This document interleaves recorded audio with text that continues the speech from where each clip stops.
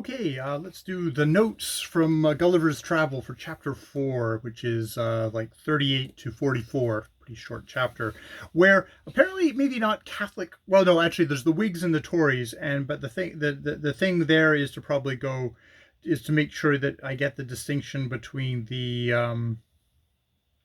that that is the High Church Tory and the Low Church Whig parties, which I would have to actually kind of do my own investigations about what High Church means and Low Church means in those matters. But yeah, and actually, His Majesty hath the Tory party was proscribed from office under George the First. A prescription continued under George the Second. Even though there's a thing here of they're hoping, a tendency towards high heels. There was hope among the Tories, shared by Swift, that the Prince of Wales, on becoming George II, would show favor for the Tories. That does not happen. And there's a reference here to saying, like, the two mighty powers for 630 years was, England was at war with Catholic France from 1689, 36 years before 1725, when Swift was preparing Gulliver's Travels, until 1697, and again from 1701 to 13. So yeah, this is I think it's the 100-Year War is what it's called. And the reference of one emperor lost his life and another his crown. So Charles the First executed in 1649, and James II was deposed in 1689.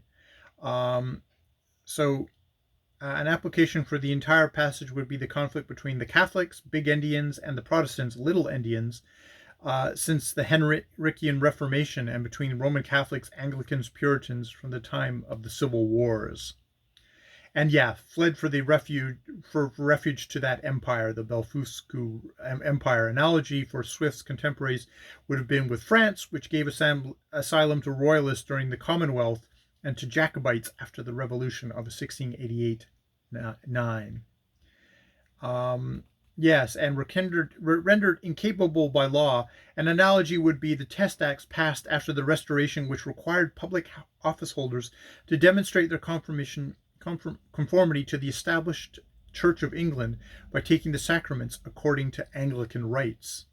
And the Al-Quran is indeed, yeah, I was wondering if that was the Quran. It's the Quran, their Quran, which is, I guess, a further kind of dig saying it's the Quran, versus the English, the Bible, the English, the Judeo-Christian Bible. Yeah.